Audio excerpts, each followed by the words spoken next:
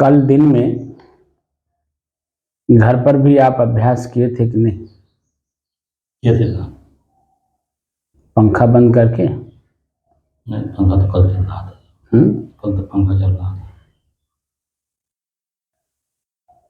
नहीं, वहां से करेंगे पंखा बंद।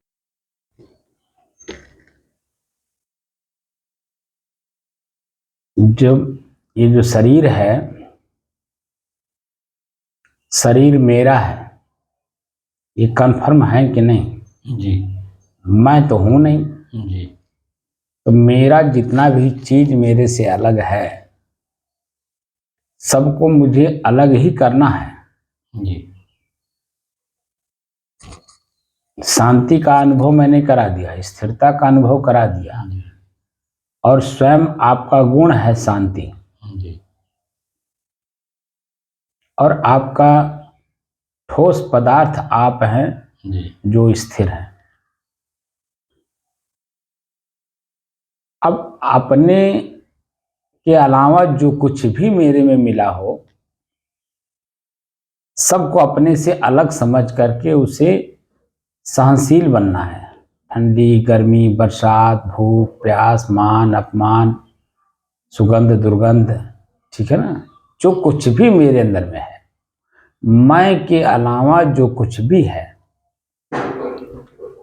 बात समझ रहे हैं? तो मैं के अलावा जो गर्मी महसूस हो रहा था, ये गर्मी कौन है?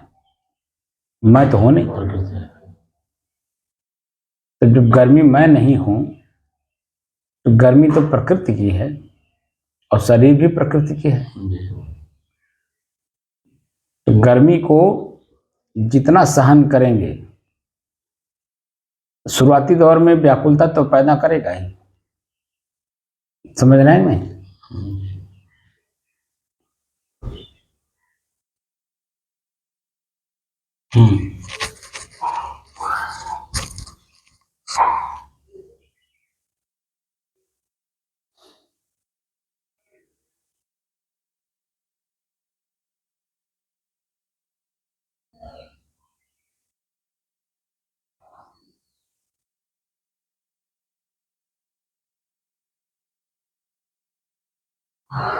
अपने ही चंचल मन को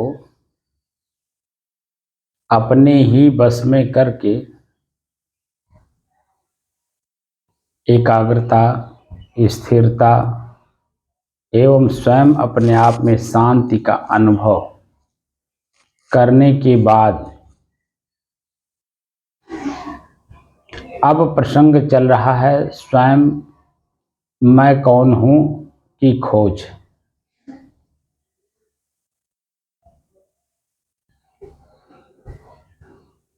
स्वयं मैं कौन हूं की खोज करते करते आज 901 दिन हो गए। तारीख 26 अप्रैल सन 2024, दिन शुक्रवार, प्रातः काल का समय।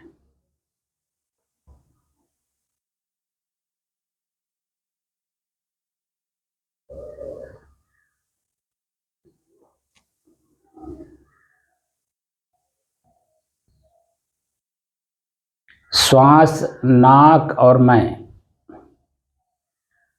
पसीना, शरीर और मैं,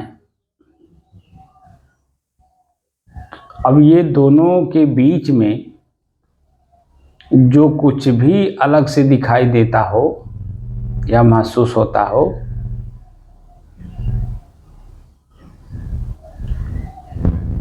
वह व्यवधान है।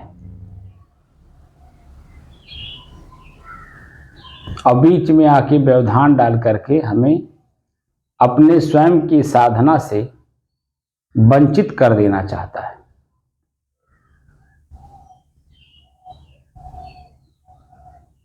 और इसी में अन्य साधक फंस जाते हैं, ठीक है कि नहीं? जी। वास्तव में जिसके अंदर में मोक्ष की ललक नहीं है वह इन्हीं व्यवधानों में बेचारे उलझ जाते हैं, और उलझ करके जितना चले रहते हैं उतना फिर बैक हो जाते हैं।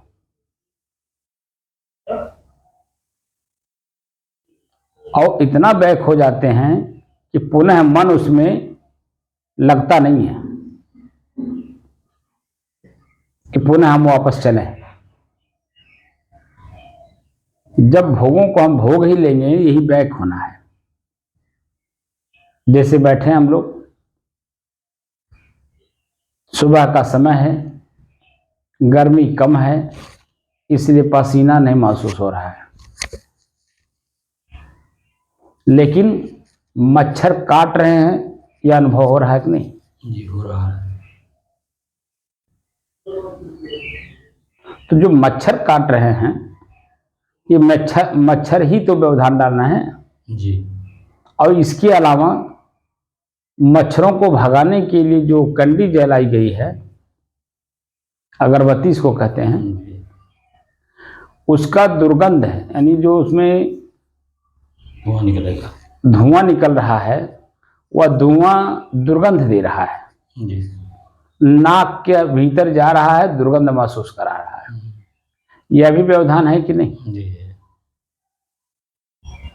बैठे क्या करने के लिए हैं हमें? साधना। तो किसको साधेंगे? यही जो व्यवधान है, इन्हीं व्यवधानों को ही साधना है जी। कि मच्छर कितना भी काटे, दुर्गंध कितना भी आवे, लेकिन मैं अपनी स्थिरता से चंचलता में नहीं बदलूंगा, क्योंकि नाक मेरा है, नाक का विषय है दुर्गंध सुगंध लेना। ये मैं नहीं हूं, ये प्रकृति में हो रहा है। आइए, किस प्रकृति का है? हवा का, पृथ्वी का है। पृथ्वी का गंध सुगंध ये हवा के माध्यम से हमें मिल रहा है। माध्यम है हवा, क्योंकि ट्रांसफर करता है ना हवा, इधर से उधर करने का काम हवा ही करता है। लेकिन है सुगंध दुर्गंध किसका? पृथ्वी तत्व का। तो नाक हमारा क्यों कौन हुआ? पृथ्वी तत्व। यह हमें परेशान कर रहा है और मन को कह रहा है कि यहां क्यों बैठे हो, अरे बाहर चलो, क्योंकि शरीर में गर्मी लग रही है और यहां दुर्गंध है और मच्छर भी काट रहे हैं। तो 3 पॉइंट व्यवधान डाल रहे हैं। पहला तो पंखा नहीं चल रहा है, व्याकुलता छाया हुआ, गर्मी हो रही है। दूसरे मच्छर काट रहे हैं और तीसरे में मच्छर को भगाने के लिए जो कैंडी जलाई गई है, अगरबत्ती इसको कहते हैं, अगरबत्ती में दुर्गंध है। ये मेरा नाक बता रहा है और यही मेरा नाक मुझे परेशान करना चाहता है। शरीर के ऊपर मच्छर बैठ रहे हैं, काट रहे हैं, वो अनुभव हो रहा है। भीतर से व्याकुलता पैदा कर रहा है, गर्मी हो रही है। लेकिन क्या ये तीनों चीजें मैं हूं?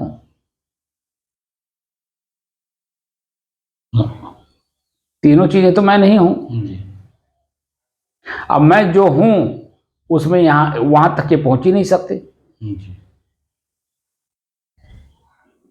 इस शरीर के ऊपरी हिस्सों में हमें अनुभव कराएंगे, मैं तक ये जा नहीं सकते। और मैं तक मुझे जाना है तो इनको भी परित्याग करना होगा। परित्याग का मतलब सहनशील बनना पड़ेगा। मच्छर काटे, काटने दीजिए, और मन में कितना भी मच्छर के ऊपर भावना जाए, वहां अपनी भावना बदल लीजिए कि जितने मेरे शरीर पे मच्छर हैं, ठीक है, इनका मैं कर्जा खाया हूं पिछले किसी जन्म में, तो वो अपना कर्जा ले रहे हैं। वो कर्जा ले लेंगे और वो लौट जाएंगे और मैं अपने आप में शांत हो जाऊंगा। दूसरी भावना आप बना लीजिए कि मेरा शरीर प्रकृति का है, प्रकृति में सब कुछ हो रहा है, मैं नहीं जानता इसको, मैं शुद्ध हूं, शांत हूं और स्थिर हूं। तीसरी भावना पवित्र बना लीजिए कि मेरा शरीर एक वस्तु है, दूसरे जीवों के काम आ रहा है, मेरे शरीर में जो कुछ है वो भंडारा खा रहे हैं।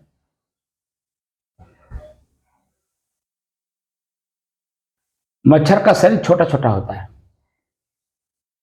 और कितना खून हमारे शरीर से वो खींच सकते हैं अपने शरीर में, 1 से 2 बूंद।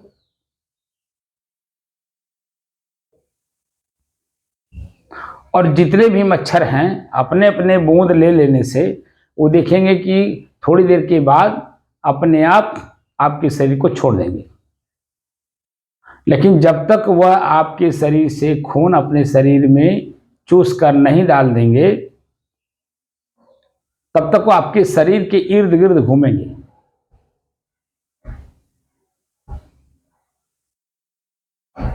तो क्यों ना हम उनके जो कर्जदार हैं वो कर्ज को वापस कर दें, यानी मेरे शरीर से जितना भी खून वो लेना चाहते हैं वो अपना ले लें। और शुरुआती दौर में जैसे गर्मी हमें व्याकुल कर रहा था, दुर्गंध हमें व्याकुल कर रहा था, ऐसे ही मच्छर भी हमें व्याकुल करेंगे थोड़ी देर के लिए शुरुआती दौर में। लेकिन जब आप स्थिर होकर के डट के बैठ जाएंगे तो ये जो मच्छर काटते हैं ना, ये मच्छर भी महसूस ही नहीं होंगे कि मुझे मच्छर भी काट रहे हैं। और 2 घंटे जो लगातार आप बैठते हैं, इस 2 घंटे के लगातार बैठने में आपको कुछ भी महसूस नहीं होगा। 1.5 घंटे तक तो प्रकृति के अंदर में मनोवृत्तियां घूमेंगी, लेकिन जैसे जैसे आप अपनी मनोवृत्ति को शांत करते जाएंगे, आधे घंटे के 1.5 घंटे के बाद जो आधे घंटे का समय है हमें मिलता है, उसमें आप देखेंगे कि हमारी मनोवृत्तियां कहीं भी किसी भी स्तर पे नहीं जाएंगी, एकदम शांत और स्थिर रहेंगी। तो जब मनोवृत्तियां शांत और स्थिर हुई तो मैं अपने आप में एकदम बिल्कुल स्थिर हो गया कि नहीं, अपनी स्वयं की स्थिरता का और शांति का मुझे अनुभव हो जाएगा। लेकिन अभी हमारी वृत्तियां ऊपर ऊपर तैर रही हैं और ऊपर ऊपर तैरने की वजह से हमारे मन के हम अपने तक नहीं पहुंच पा रहे हैं, क्योंकि हमारी मनोवृत्तियां ऊपर ऊपर तैर रही हैं। मनोवृत्तियों को खत्म किए बिना हम स्वयं अपने आप तक नहीं जा पाएंगे।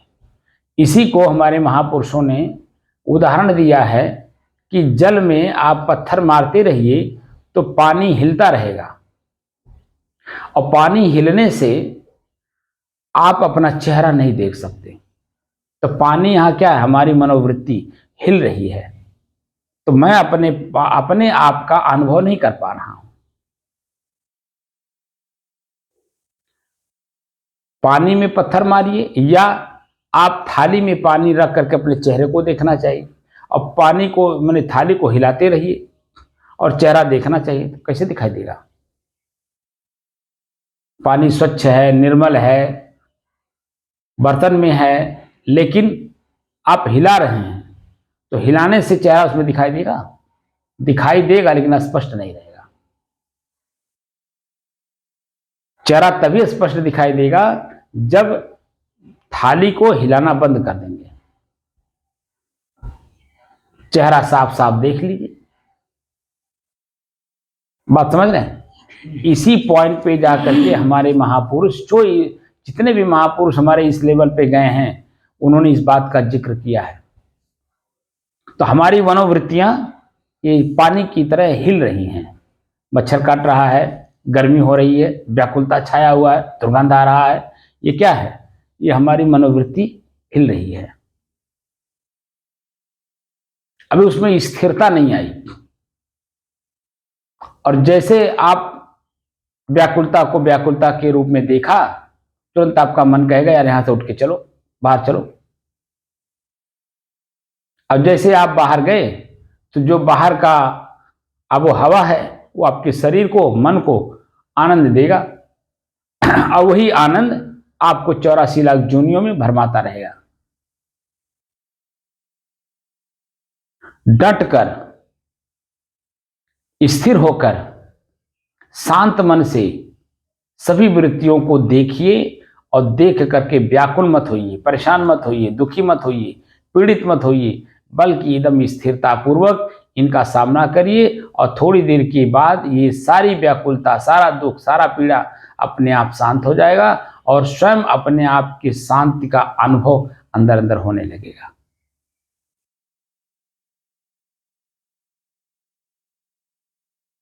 लेकिन हमारी वृत्ति वहां तक जा नहीं पा रही है और हमें कोई बताने वाला नहीं है, इसलिए हम साधना तो करते हैं लेकिन ऊपरी ऊपरी सतह पे। इसीलिए आपने देखा होगा, जब से आप हमसे जुड़े हैं, आपने देखा होगा कि मैं किसी का भी एक दाना नहीं खाना चाहता। क्यों? क्योंकि जब हम बाहर से वृत्ति आरोपित करते रहेंगे तो हम जो वृत्ति निराई करने में लगे हैं वो और जमा रहे हैं।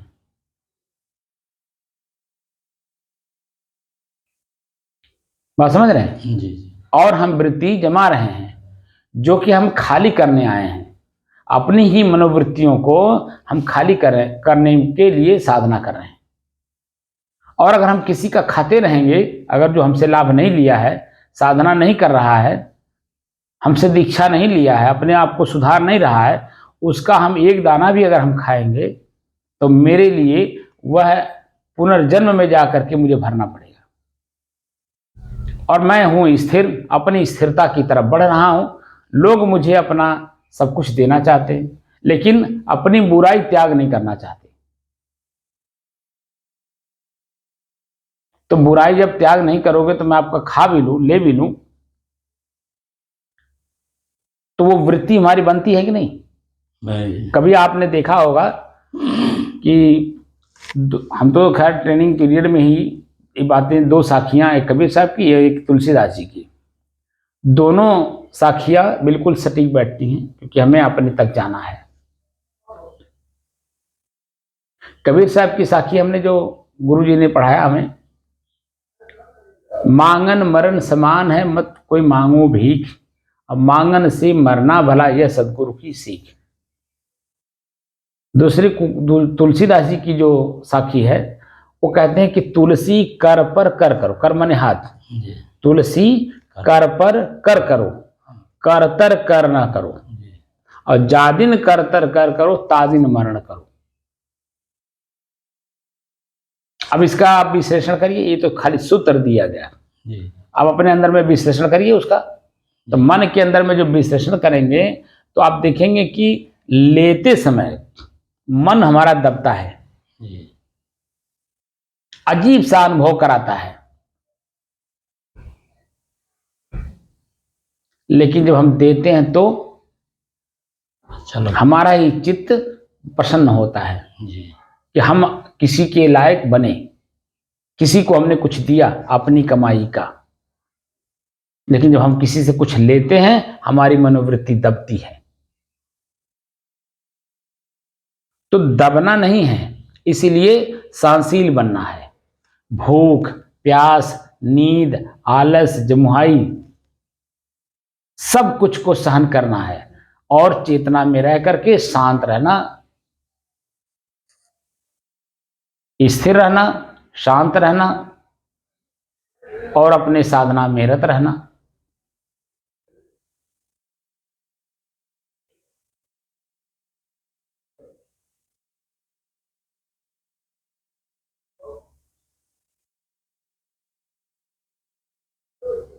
हमें अपने आप तक जाना है, अपने आप का स्वयं में अनुभव करना है कि मैं हूं कौन आखिर।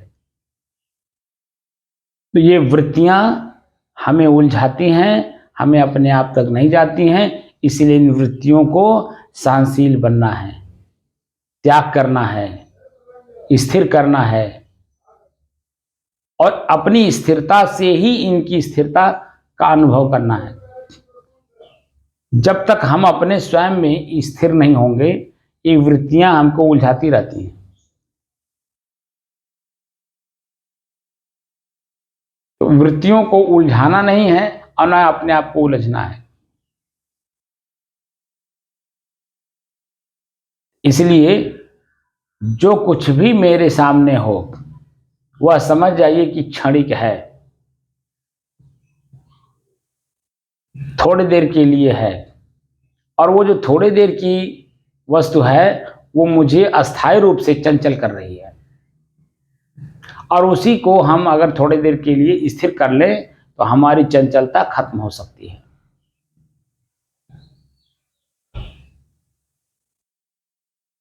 बात समझ रहे हैं? जी जी। और चेतना में रह करके ही मन की चालाकी देखते हैं ना, कितना चालाक है। जी जी देखा था। जी तो अपनी ही मन की चालाकी को हमें त्याग करना है, समझना भी है, त्याग भी करना है, जी और इस पर हावी भी रहना है। इसलिए मनोवृत्तियों को समझिए कि आखिर मनोवृत्ति है क्या। इसीलिए मैं शुरुआती दौर में बता दिया था कि आंख से देखा हुआ, कान से सुना हुआ, जीभ से स्वाद लिया हुआ, आंख से पढ़ा हुआ या आंख से देखा हुआ, हर चीज ये मेरा मन बना हुआ है। और यही मन जो है हमें परेशान करता है, ऊपर ऊपर सतह पे हमको अपने आप तक जाने नहीं देता है। तो हमें अपने आप तक जाना है, इसीलिए मनोवृत्तियों को समझना होगा।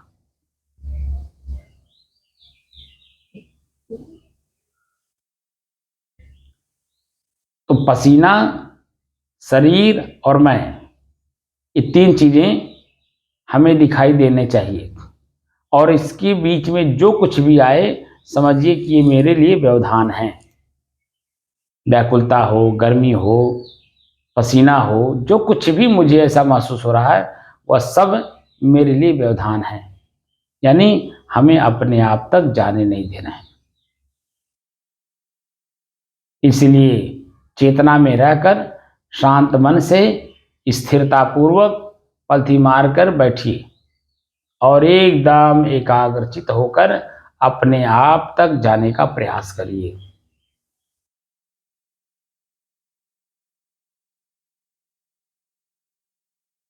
और अपने आप तक जाने का एक ही रास्ता है कि जो कुछ भी मन में याद हो, स्मृत हो, ख्याल हो, बस उसे खाली देखिए तटस्थ होकर, अलग होकर के। जैसे हम अलग हैं, टीवी अलग है, टीवी के अंदर से जो स्क्रीन आ रही है वह भी अलग है। इससे, मेरे से।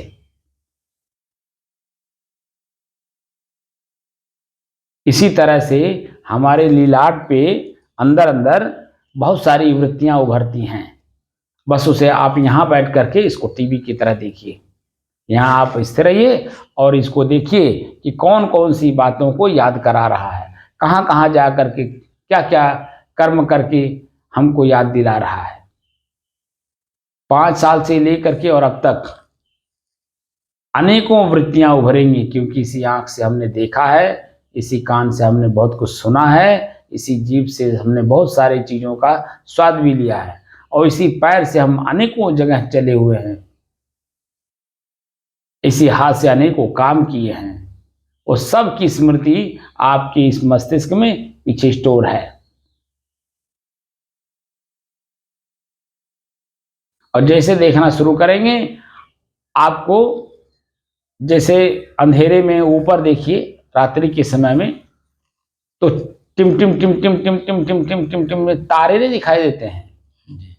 ऐसे ही हमारे भीतर टिम टिम टिम टिम टिम हमारे कर्म तारों की तरह दिखाई देंगे। तो कर्म तो रहेंगे नहीं, वो खाली संस्कार हमारे रहेंगे। ना वो क्रिया है, ना वो व्यक्ति है, ना वो समय है, ना आप कर रहे हैं, बस खाली देख रहे हैं। लेकिन उसी देखने में ही आपको उड़ा ले जाएंगे।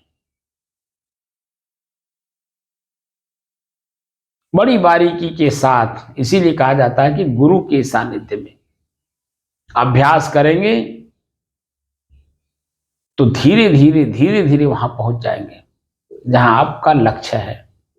लेकिन आप गुरु के अलावा अगर मनमानी किए तो आपका मन तो पहले से ही मनमानी है, और फिर मनमानी करके आपको उड़ा ले गया। तो जो आप लक्ष्य बना करके जाना चाहते जहां पर, वहां तक पहुंच नहीं पाएंगे।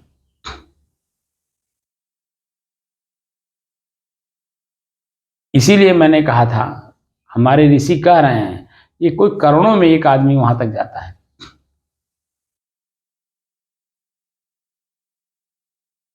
तो संयोग है आपका, कई जन्मों का संस्कार है आपका, और वर्तमान का आपका सौभाग्य है कि संत के सानिध्य में आप लगातार सुबह शाम आकर के मेरे साथ सानिध्य लेकर के आप अभ्यास कर रहे हैं।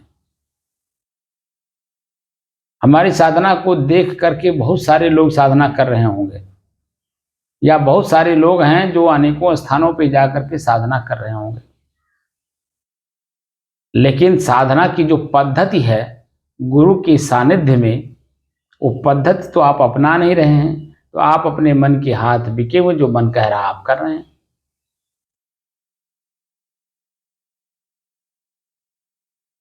इसीलिए सदगुरु कबीर कहते हैं, परखत खरी परखावत खोटी।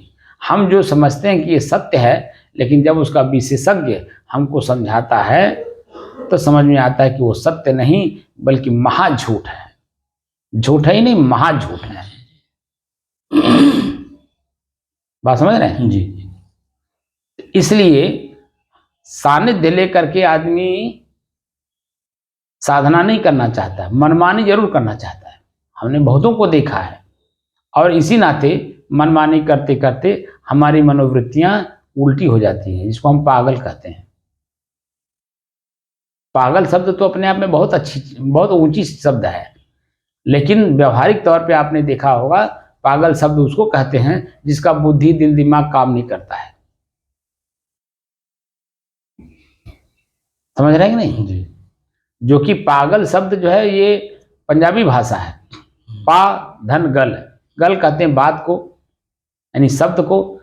पा माने मिल गया, जो मैं खोज रहा था वो मुझे मिल गया। मतलब साधना की बहुत ऊंची शब्द है पागल शब्द, जी। कि मैं जो ढूंढ रहा था मिल गया और मैं उसी में लीन हो गया। जैसे मीरा जी थी, मीरा जी का भजन तो सुना होगा ना आपने। उस भजन के माध्यम से मालूम पड़ता है कि मीरा को वह शब्द मिला जो खोज रही थी, इसीलिए गली गली हरि गुण गाने लगी ना। हरि का मतलब मालिक होता है, स्वामी होता है। तो मैं स्वयं अपने शरीर का और अपने शरीर से संबंधित सभी चीजों का मैं स्वयं मालिक हूं, और स्वयं अपने मालिक होने का ज्ञान मीरा जी को हो गया था। किसके द्वारा? संतों के द्वारा।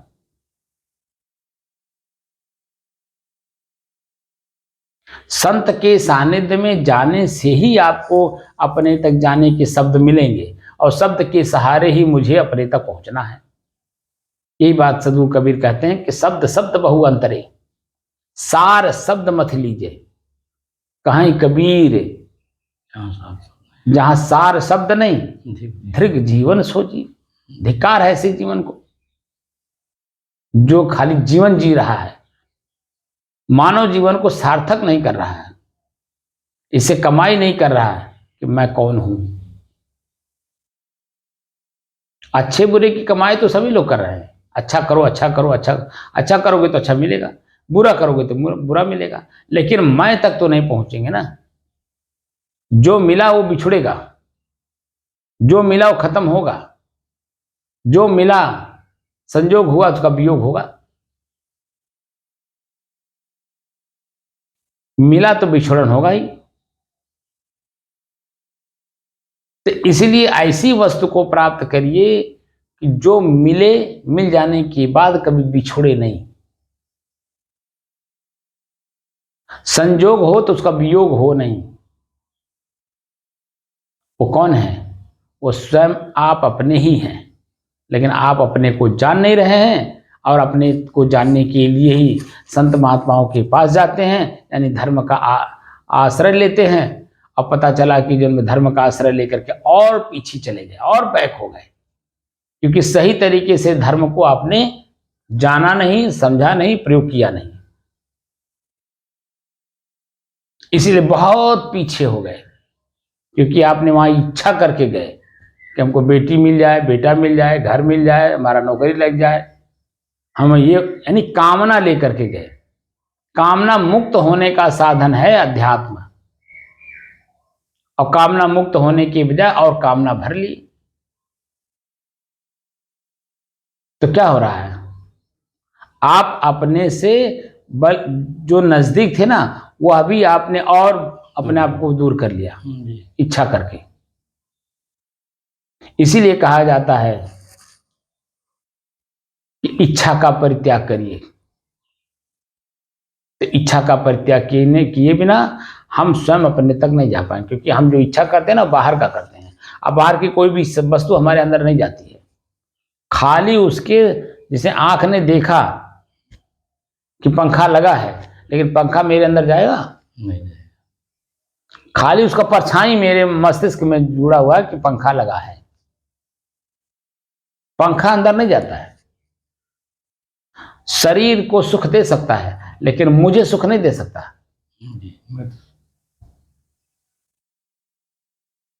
मैं तो ऑलरेडी सुखी ही हूं। सुख ही नहीं, मैं तो सुख का सागर हूं महाराज। मैं खुद ही सुख का सागर हूं, लेकिन अपने सुख के सागर होने का हमें अनुभव नहीं है, ज्ञान नहीं है, जानकारी नहीं है, हमारी प्रज्ञा नहीं जगी। इसीलिए हम वस्तु में ढूंढ रहे हैं, टुकड़े टुकड़े में ढूंढ रहे हैं। और टुकड़े टुकड़े में ये है नहीं, ये तो बिल्कुल एक ही है और अनंत है। एक ही है लेकिन अनंत है, सागर है। सागर भी अनंत का मतलब होता है बूंद बूंद। सागर में बूंद बूंद से ही अनंत है पानी। ऐसे ही मैं जो अनंत होते हुए भी छोटे छोटे टुकड़े में जो ढूंढ रहा हूं, पत्नी मिल जाए, घर मिल जाए, नौकरी मिल जाए, खेती हो जाए, रोज का हमारा आमदनी बढ़ जाए, उस टुकड़े टुकड़े में हम सुख खोज रहे हैं। और जो कि मैं उस टुकड़े में नहीं बल्कि स्वयं में, अपने आप में ही मैं अथाह हूं, सागर हूं, लेकिन खोज रहा हूं टुकड़े टुकड़े में। बात समझ रहे हैं? इसलिए जो कुछ भी मुझे बुरा लगता हो उसको अच्छाई में बदलिए।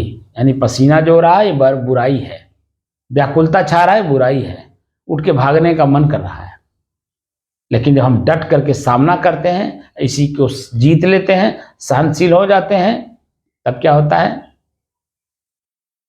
तब यही बुराई जो पसीना है ये मेरे लिए कोई माने नहीं रखता, तब परेशान नहीं करता, तब दुखी नहीं करता, तब भागने का मन नहीं करता। आखिर मैं भी तो आप ही की तरह हूं शरीर में, हूं कि नहीं हूं? क्या मुझे पसीना नहीं हो रही है? क्या मेरा नाक दुर्गंध नहीं महसूस करा रहा है? क्या मेरे शरीर पे मच्छर नहीं काट रहे हैं? सब हो रहा है। तो जो मैं अनुभव कर रहा हूं वही अनुभूति आपको कराना चाहता हूं कि मैं अपने आप में बिल्कुल स्थिर हूं और अपनी स्थिरता का आभास अनुभव मैं आपको कराना चाहता हूं। और आपके माध्यम से पूरे विश्व के जितने भी साधक हैं उन सबको मैं कराना चाहता हूं कि देखो तुम हो कौन।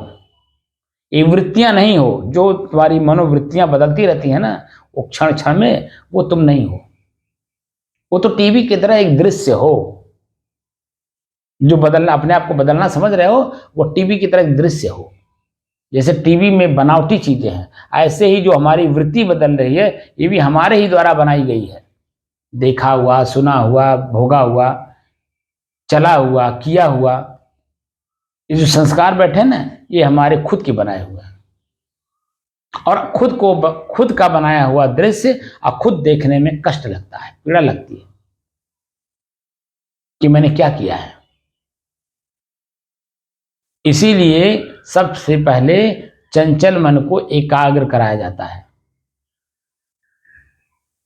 हमने शुरुआती दौर में क्या किया, आपके अपने ही मनोवृत्ति को जो बहुत उड़ रहा था उसको हमने एक डगाली पे बैठाया, पेड़ के डगाली पे। कौन सी डगाली? श्वास रूपी डगाली पर।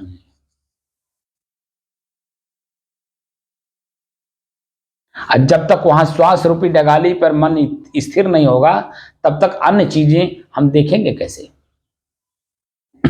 अनुभव करेंगे कैसे? तो चंचल मन को एकाग्र कराया, स्थिर कराया और स्वयं अपने आप पे शांति का अनुभव कराया। अब हम आगे बढ़ा रहे हैं, किसी में खोजो कि मैं कौन हूं। तो जो वृत्तियां हैं एक क्षण मात्र के लिए उत्पन्न होती हैं और फिर तुरंत गायब हो जाती हैं, और वैसा गायब होती है कि दोबारा वो हमारे सामने नहीं आती है। फिर दूसरी वृत्ति आ जाती है, फिर वो भी गायब हो जाती है, तीसरी वृत्ति उभरती है, यानी ख्याल होता है। और ऐसे ख्याल होते होते हम उसी में उलझे हुए हैं। बता दें आपको कि 1 घंटा भी हमारा शरीर, हमारी जीव, हमारा मन स्थिर नहीं रहता है। जी।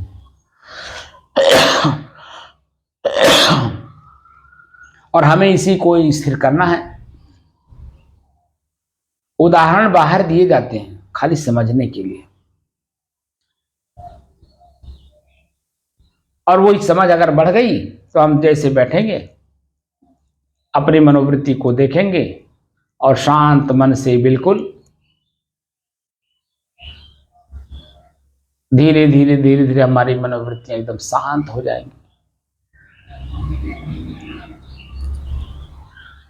ये जो आलस, निद्रा, जमुहाई आती है, ये वास्तव में मनोवृत्तियां शांत होने के बाद ही आती हैं। मनोवृत्ति जब शांत हो जाती है ना, तभी आप ही को नहीं, किसी को भी शुरुआती दौर में नींद, आलस, जमुहाई आएगी, क्योंकि मन में कोई बात नहीं चल रही है। तो शरीर में अपनी जो शरीर का अपना क्रिया है वो हावी होने लगता है। तो जो हमारी स्वयं की चेतना है ना, वो चेतना ये आलस, निद्रा, जमुहाई अपने में मिला लेता है, तो चेतना रहने नहीं देता है। तो जब चेतना नहीं रहेगा तो देखिए, किसी चीज को जब तक स्पष्ट आप देखते नहीं है, उससे आपका मन जो भ्रमित है वो भ्रम बना ही रह जाता है, तृप्ति नहीं होती है। इसलिए चेतना में रह करके आप उस चीज को देखिए, हमारी मनोवृत्तियां क्या हैं, और जब शांत हो रही तो कैसे शांत हो रही हैं। जब लगातार आप देखेंगे तो खुद का अनुभव होता है, और चेतना अंदर रहती है कि मैं शांत हूं, तो ये आलस, निद्रा, जमुहाई भी ये दूर भाग जाती हैं, तो हमारी चेतना बनी रहती है। तो अभी मैं अपने आप में आपको स्थिर नहीं करा रहा हूं, अभी तो खाली बता रहा हूं। अभी अभ्यास जो करा रहा हूं तो 3 चीज का, बहुत सारी चीजों को मैंने कराते कराते कराते अब 3 चीज पे लाया हूं। आप कुछ भी देखिए, जैसे आप रास्ते चलिए तो जमीन, पैर और मैं, किसी चीज को देखिए तो वो जो दृश्य है सामने वो मेरा आंख और मैं,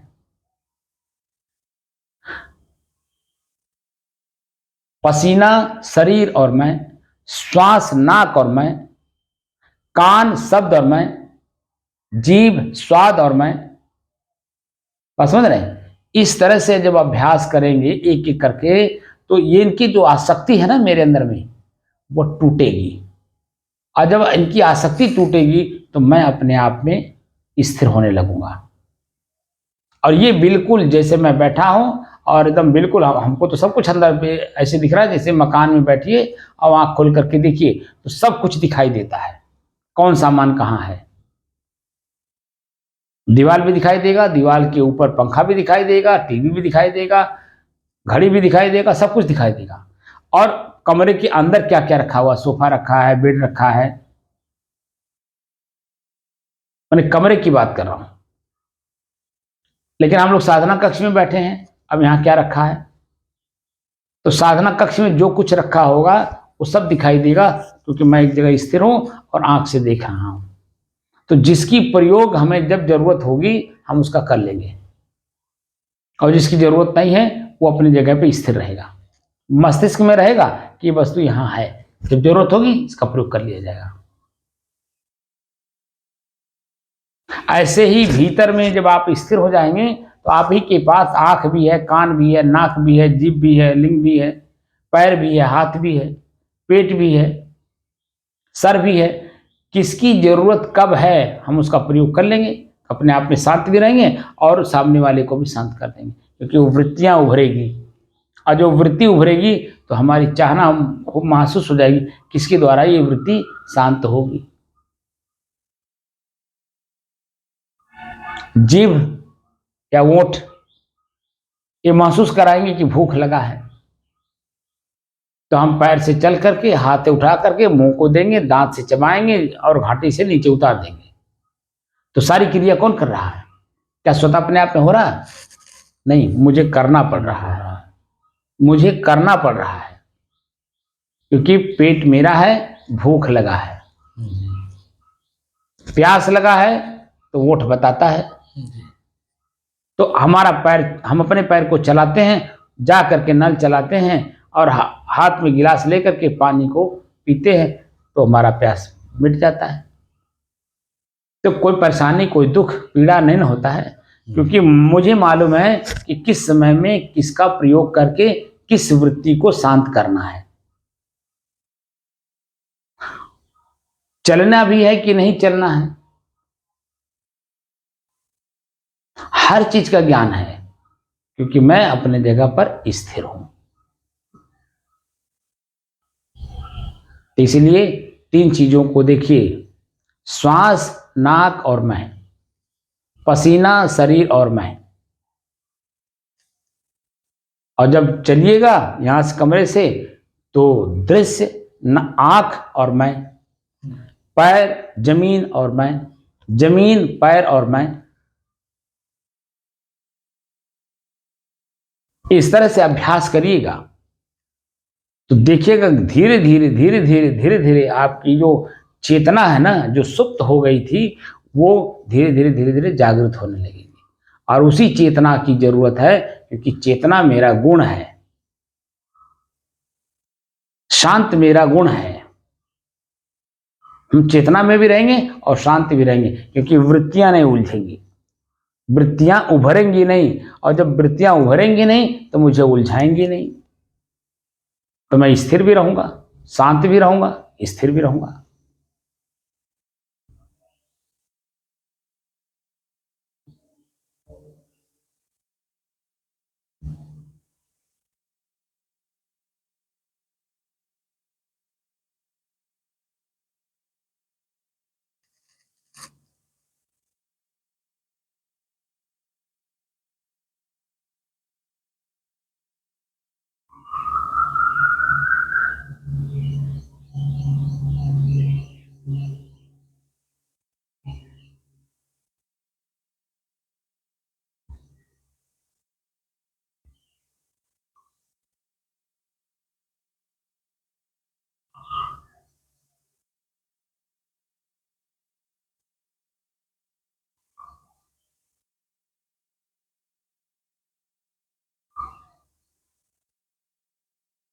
आप सभी लोगों को समझाने की दृष्टि से मैं बहुत सारे शब्द बोला।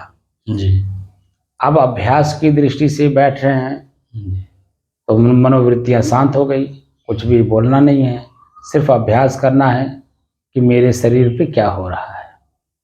तो श्वास, नाक और मैं, श्वास चल रहा है किसके द्वारा? नाक के द्वारा। खींच कौन रहा? मैं। छोड़ कौन रहा? मैं।